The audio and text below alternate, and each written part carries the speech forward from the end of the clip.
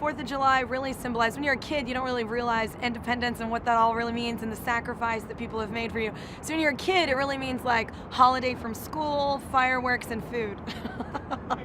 So, and now it's, it's deeper, especially I did this show that kind of let me see into my lineage a bit, and just all the sacrifice that some of my family, my ancestors, have made for this country, and it's such a blessing, all the freedoms I have because of them. So, when you're an adult, now I tell that to my kids and they're like yawn fest, they don't get it yet, but when you're a kid, it's different, it's fun and an amazing thing, and then it becomes more of like an introspective moment when you're older and you really realize how lucky you are, so.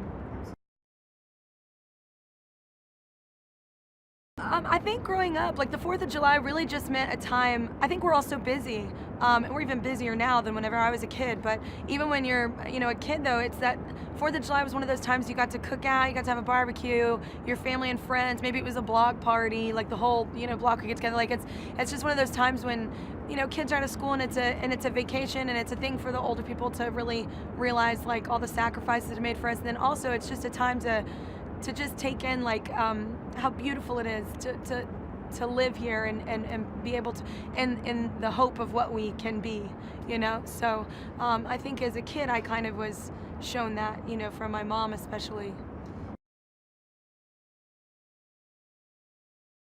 When I was asked to do the 100th anniversary of God Bless America, I was intimidated wouldn't be the word, because it's like, don't mess this up for the country. It's like, but it was one of those things I wanted. I know people expect a certain sound from Kelly Clarkson, but also you want to pay homage to like the fact that like it's just such a beautiful classic sound, and it has such reverence and such meaning. So we kind of tried to balance the classic side of it, but also put a little KC in there for the 100th anniversary. So but it actually was a lot easier than I thought it was going to be, because it was such a beautiful patriotic moment. I know I cried a couple times in the studio because I cry at everything since having children. I'm like touched by all things. It's annoying, but it is a beautiful sentiment. So that I cried a couple times in the studio while doing it, because I just kind of got my own breath taken away by how beautiful it was that I was being able to be a part of it. Our 4th of July spectacular is actually the biggest thing I've ever seen in my life. I literally married like Chevy Chase in the movies. Like he does like we have the most lights at Christmas, like we're that family.